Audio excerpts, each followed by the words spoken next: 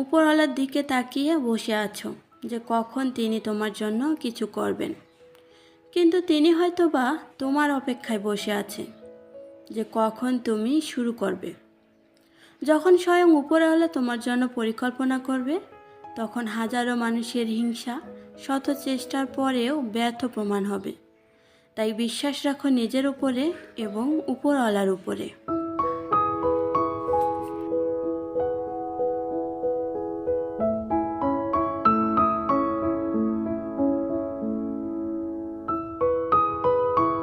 আসসালামু আলাইকুম, সুখী লাইফস্টাইল চ্যানেলে আপনাদেরকে ওয়েলকাম করছি।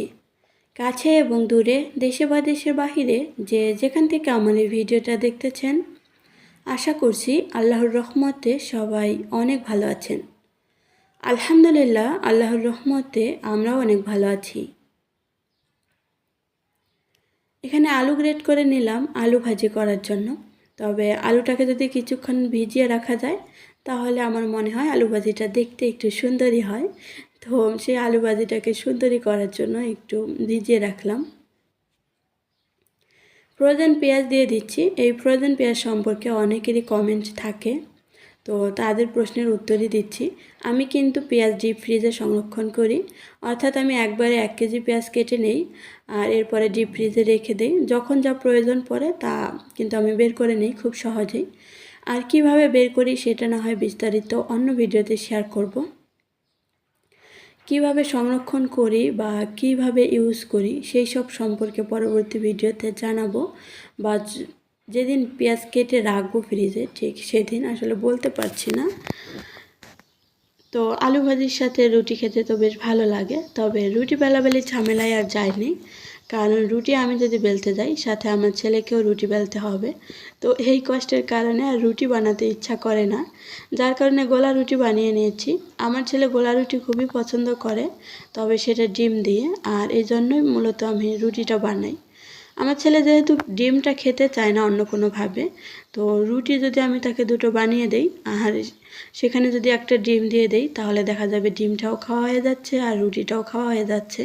তো যার কারণে গোলা রুটি বানানোই আসলে সব দিক দিয়ে আমার জন্য সুবিধাজনক মনে হয়। যদিও গোলা রুটিগুলো দেখতে একটু অন্যরকম হয়েছে, কারণ ওই যে ডিম দিয়েছি।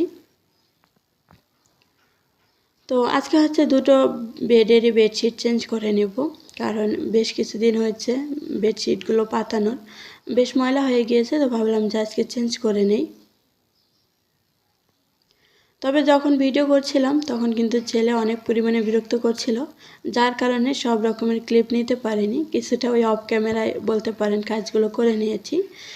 আর এখানে এই যে চিপস বিস্কিট এগুলো আমার ছেলে রেখেছে, তবে চিপসগুলো সরাতে পারলেও বিস্কিটগুলো কিন্তু সরাতে পারবো না, কারণ এগুলো যদি সরিয়ে অন্যখানেও রাখি দেখা যাবে আমার ছেলে আবার এখানে এনে রাখবে। তাহলে কষ্ট করে আমার অন্যখানে গুছিয়ে রাখারই কি দরকার আছে, আর তারই বা আবার নিয়ে এসে এইখানে রাখার কি আছে। তাই জন্য আমি এইখানে গুছিয়ে রাখলাম। আর এই তো আমার বেডরুমের ফাইনাল লুক। আমার বেডরুমটা আমার কাছেও অনেক পছন্দের, সাথে আপনাদের কাছেও অনেক পছন্দের। তো সেই পছন্দ থেকে প্রতিদিন একটু করে শেয়ার করা হয়। আপনারা অনেকে আমার এই বেডরুমটাকে খুবই পছন্দ করেন, তবে হ্যাঁ, আমারও পছন্দের। আমি আমার শখ এবং সাধ্য অনুযায়ী এই বেডরুমটাকে সাজিয়েছি।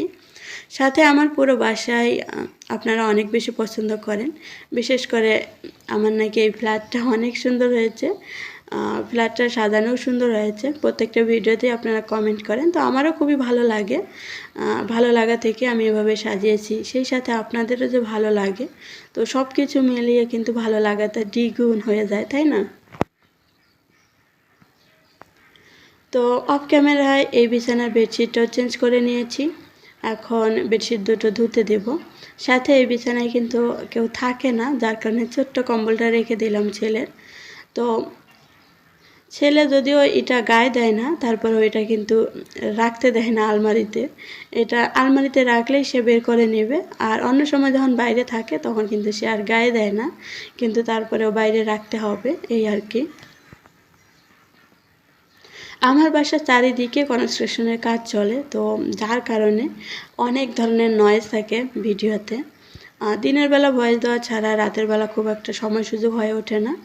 আর যেদিন সময় সুযোগ হয়ে ওঠে সেদিন আবার ভিডিও রেডি থাকে না, যার কারণে দেখা যায় যে একটু হয়তো নয়েজ থাকতেই পারে ভিডিওতে। আপনারা আশা করছি ওটা মানিয়ে নেবেন। আপনারা হয়তো অনেকে এতক্ষণে দেখেই ফেলেছেন কিংবা জেনে গিয়েছেন যে আমার 1K সাবস্ক্রাইবার হয়ে গিয়েছে। হ্যাঁ, আলহামদুলিল্লাহ, আল্লাহর রহমতে এবং আপনাদের দোয়া ও ভালোবাসায় এবং সাপোর্টে আমার 1K সাবস্ক্রাইবার হয়ে গিয়েছে। আলহামদুলিল্লাহ, আলহামদুলিল্লাহ, আলহামদুলিল্লাহ। তবে এই বিষয়টা নিয়ে আহামরি কিছু বলার মতো নেই, তারপরেও একটু না বললে বিষয়টা খারাপ দেখায়, যার কারণে 2 লাইন ছোট্ট করে বললাম। তবে আপনাদেরকে অসংখ্য অসংখ্য ধন্যবাদ। দূর থেকে ভালোবাসা, ধন্যবাদ, দোয়া এগুলো দেওয়া ছাড়া আসলে কিছু নেই, তাই এগুলোই দিচ্ছি। 1K নিয়ে সেই রকম স্পেশাল কোনো ব্লগ তৈরি করা হয়নি। এই ভিডিওটা আমার আগেরই রেডি করা ছিল, আর আজকে যখন ভয়েস দিচ্ছি ততক্ষণে 1K হয়ে গিয়েছে, যার কারণে ছোট্ট করে 2 লাইন একটু আপনাদেরকে বললাম। ওই যে বললাম, না বললে বিষয়টা খারাপ দেখায়, তবে আহামরি কিছু হয়নি বলার মতো। সেটা হয়তো আমার চ্যানেলের অবস্থা দেখে আপনারা বুঝতেই পারছেন যে কেন এভাবে বলতেছি।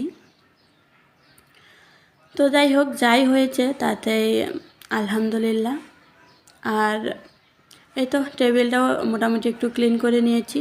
এরপরে আজকে যেহেতু শুক্রবার, অর্থাৎ এই ভিডিওটা শুক্রবারে, তো ছেলের নেল কেটে দেওয়া একটা স্পেশাল কাজ থাকে শুক্রবারে, সেই সাথে আমার হাজব্যান্ডের সবাইরই। তো এখন ছেলেটাই করে নিচ্ছি।